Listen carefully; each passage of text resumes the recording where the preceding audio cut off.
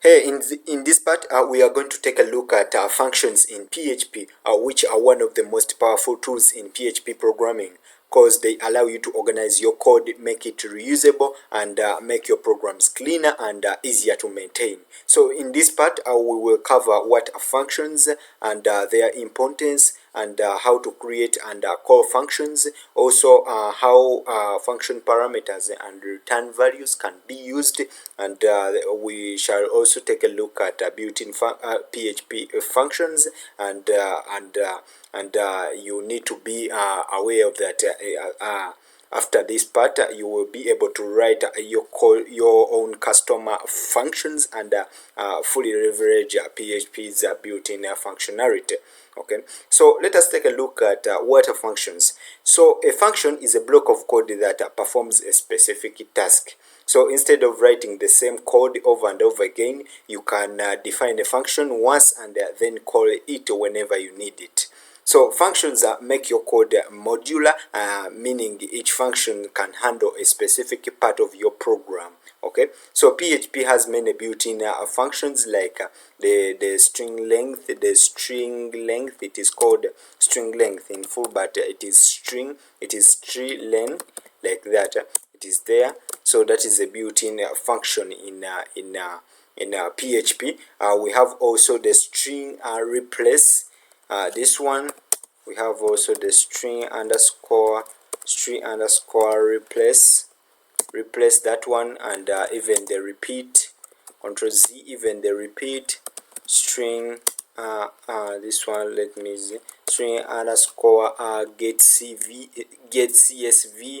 There are many. All these are functions. All these, they are functions. Okay, all those are functions. We have even the array underscore push. This one, the array underscore push array underscore push. All these ones are also functions. All these ones that you can see, okay, they are all functions in PHP, but we shall take a look at a few of them. Okay, so let us take a look at how we can create a function. So creating a function in PHP is very simple. We use the function keyword followed by the function name and parentheses, and we end with the curly brackets.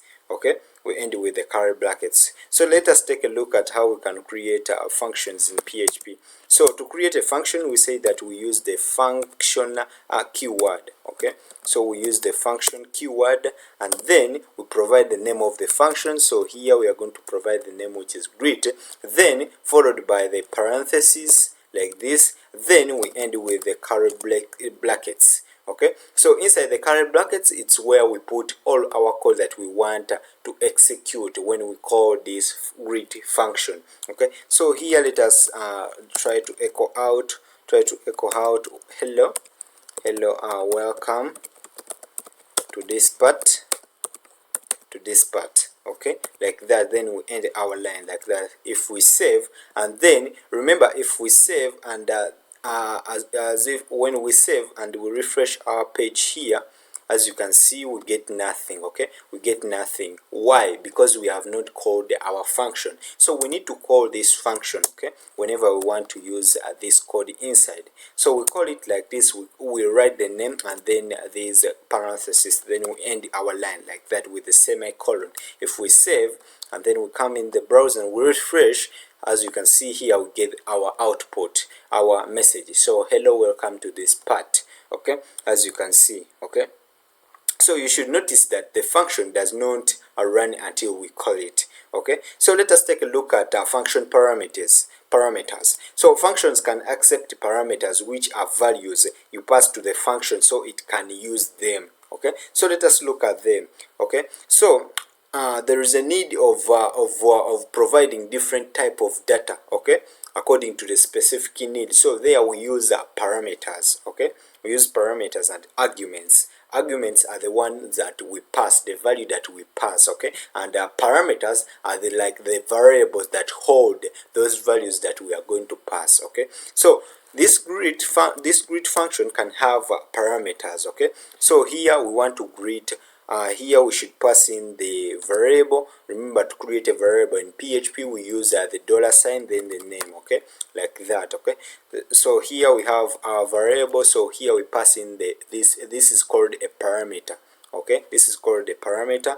Okay, and here we need to pass in our arguments, so we need to pass in the values. Okay, the value that is going to be that this variable is going to hold. Okay, so when we call this function, greet function, as you can see here, if we hover over it, as you can see, maybe I'm lacking some extension, I'm lacking a certain VS Code extension. That's why when I overwrite, I don't get I want to show you something, but as if it has failed to work.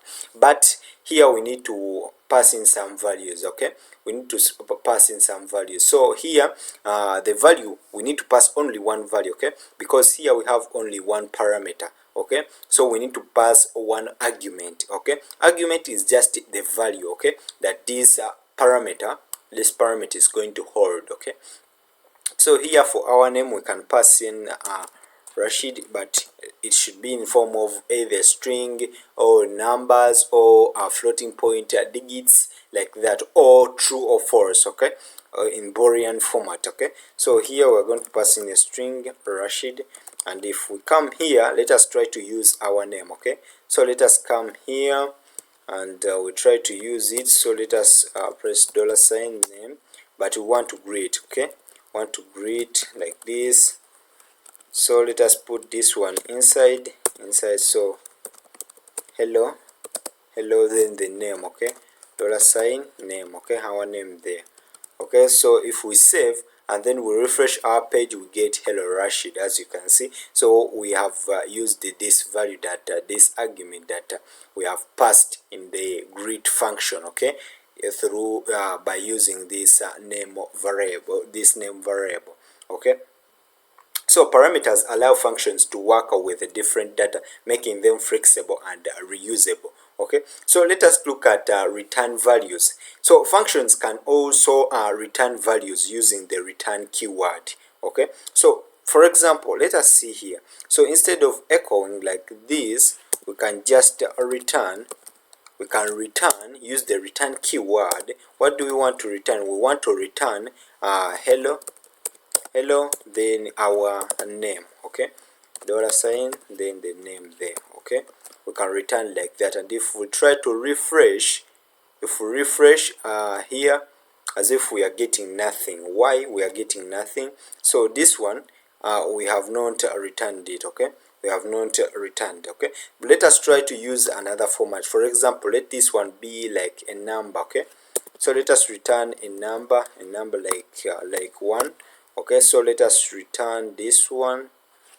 Let us dollar name, but this one is in form of a number. Okay, so if we save and then we refresh, we get nothing again. Okay, we get nothing. Okay, so this one in order to use it, okay, in order to use it, we are going to put it inside. Okay, so here we are going to use the echo. We are going to use the echo in order to get this value, this return value. Okay, so let us go back to our code. Okay, so here we have this return. Okay, so in order to access this return value, we need to echo all this one. Okay, we need to echo all this function. Okay, in order to get this value. So how are we going to do it? So let us make it easy like this. Okay, so we have passed here our name Rashid, like this, Rashid, like that. Then let us store this name, this function. Okay, and and this argument in a variable. So let us create a variable. So this variable is going to give us the result, which is the return value. Okay, so after doing that, then we are going to echo out this result. So let us echo out $result. Okay, like that. And if we save and then we refresh our page, we get our output like that. Okay, we get our output. So here are the function. Okay, the functions returns this string, returns this string. Okay, return this string which we store in a variable. okay, this string which we store in this variable, okay, and then we print it out, okay. So without the return, the function just performs an action but does not give back a value, okay. So for example, if we do this, if we remove this return, no, if we just echo out like this, if we just echo out that, then this one, it is not going to return a value. So if we try to refresh our page, we only get this output, we only get this output, this one, okay, this one, but we don't get the return value. So here, if we do this, we are accessing the return value, okay. But so let us add here return. So let us return hello, like that, okay. If we save and then we refresh, as you can see here, we're passing hello. So here we forgot to end our line. So if we refresh, as you can see here, we get another hello, we get this hello, okay. So but what if we didn't have this line of code like this, okay, and we just return we just call our function and then we provide our name like that, okay. And if we save, as you can see, we are not accessing the return value, okay. As you can see, we are not accessing this return value. So in order to return to access this return value, we need to store it in a variable and then we echo out this value. Or we can do like this. Let us try to test and we do like this. Let us try to test like that. And if we refresh, as you can see, we get this value. So this echo here, we are going to echo out the return value of this function, okay. So which is hello in this case, which is hello, this one, okay, this one, the return value, okay. So I think you have got it, So let us take a look at the default parameters, okay. So you can also define default values or for parameters, okay. So for example, here we can have the default one. So the default one, we can have like guest. So here, if we don't provide it, I'm going to show you the importance of having these default values. So for example, here, if we forget to provide our value there, to pass our argument there, and we just run our program, as you can see here, we are getting a fatal error, so uncount argument count error. So we are getting too few arguments to the function grid. So 0 passed in this one on line 8, okay, and exactly 1 expected. So we were expecting 1, but 0 was passed, okay. So here we get an error, okay. So but what if we provide a default argument? So for example, here, and we put a guest like that, okay, and if we refresh, we get nothing, okay. As you can see, we get nothing. We just print out this default value, okay, this default value, okay. But we have the power right now, we have the power to change this variable, this name, okay. So if we do this and we provide our Rashid there and we save, then what are we going to get? We are going to get Rashid, okay. So we are going to overwrite this name variable, this name variable, okay. We are going to override it, okay. So then it now stores this argument Rashid, okay, instead of storing this default one, which is guest, okay. So that's how we can use default arguments, okay. And these ones, the default arguments, make your functions more flexible and prevent errors if a value is not provided, okay. So let us look at what we call the variable scope. So variables inside a functions are local to that function, okay. So if they are inside, then they are local, okay. Only that function can use them, okay, okay. So let us take a look at this one. So we have already seen. So let us take a look at this one. We have our function here. So let us have a variable message, and this message, let us set it to be the message inside, like that. And if we can come here and then we echo it out, message inside, then here dollar message, like that.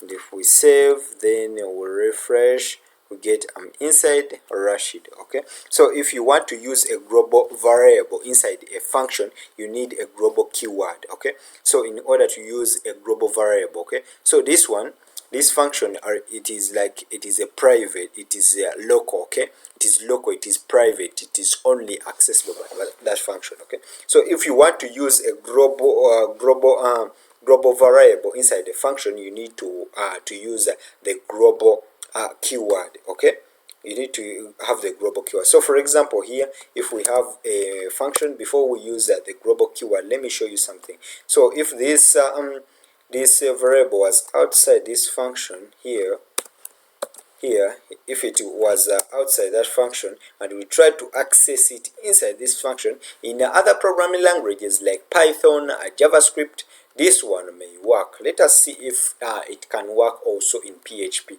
Okay, so if we do this and we refresh, oh no, if we save and then we go back, then we refresh, as you can see, undefined variable message in this one. So this one is now undefined. Okay, so this one cannot be accessed. Okay, so in order to access it, what do?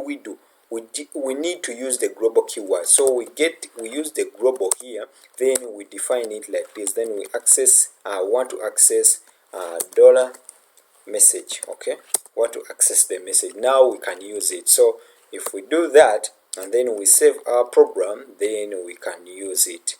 As you can see, I'm inside. Okay, I'm inside, but now you are not outside, bro. You are just inside this file, PHP file, but you are not inside the function. Okay, just take it that, guys, I'm not talking about you, not talking with you, I'm just talking with this global variable.